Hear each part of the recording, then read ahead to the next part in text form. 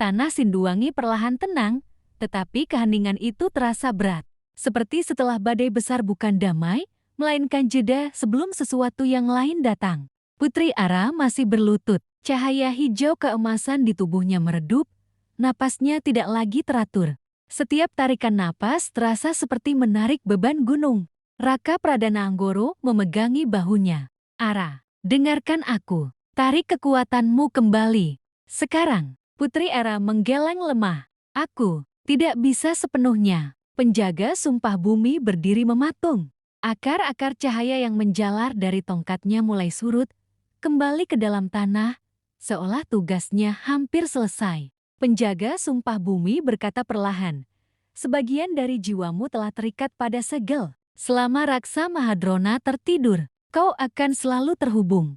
Eri Setiani menghela napas berat. Artinya, penjaga sumpah bumi melanjutkan, jika segel itu terganggu, ia yang pertama merasakannya. Rakyat Sinduwangi mulai mendekat, bukan dengan sorak, melainkan dengan langkah pelan dan wajah penuh hormat. Petani, pandai besi, prajurit semuanya menunduk.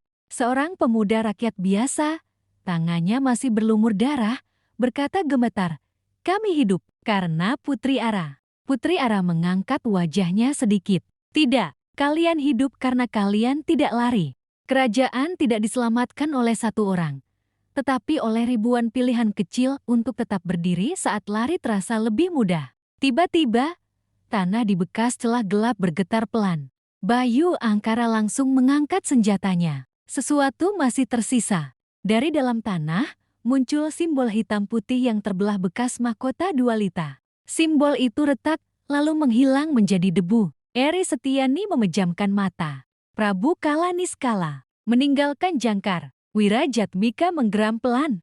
Artinya dia bisa kembali. Putri Ara berdiri dengan susah payah. Meski tubuhnya lemah, suaranya tetap jernih. Dan dia akan kembali. Bukan sebagai penyerang, tapi sebagai penguji. Angin berhembus pelan. Awan di langit terbelah, memperlihatkan cahaya pagi yang pucat. Penjaga sumpah bumi perlahan memudar.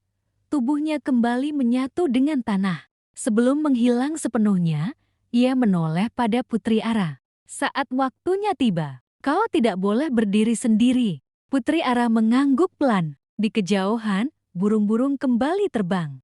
Asap tipis dari medan perang naik perlahan, membawa bau besi dan tanah basah. Perang telah berhenti, tetapi kisah belum berakhir. Karena mulai hari ini, Sinduwangi tidak hanya menjadi kerajaan, melainkan simpul takdir bagi dunia persilatan hitam dan putih. Malam turun perlahan di Sinduwangi. Api unggun dinyalakan di banyak titik, bukan untuk merayakan kemenangan, melainkan untuk menghangatkan tubuh yang kelelahan dan menerangi wajah-wajah yang masih dipenuhi bayang perang.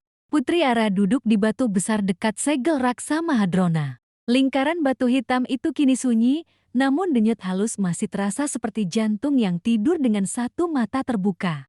Raka Pradana Anggoro berdiri menjaga, tak pernah menjauh lebih dari 3 langkah. Raka berkata pelan, "Sejak segel itu ditanam, napasmu tidak lagi sama." Putri Ara tersenyum tipis. "Aku masih bernapas. Itu sudah cukup untuk hari ini." Di sisi lain, para pendekar putih dan rakyat duduk melingkar. Luka dibalut seadanya. Ada yang menangis diam-diam, ada yang menatap api tanpa suara.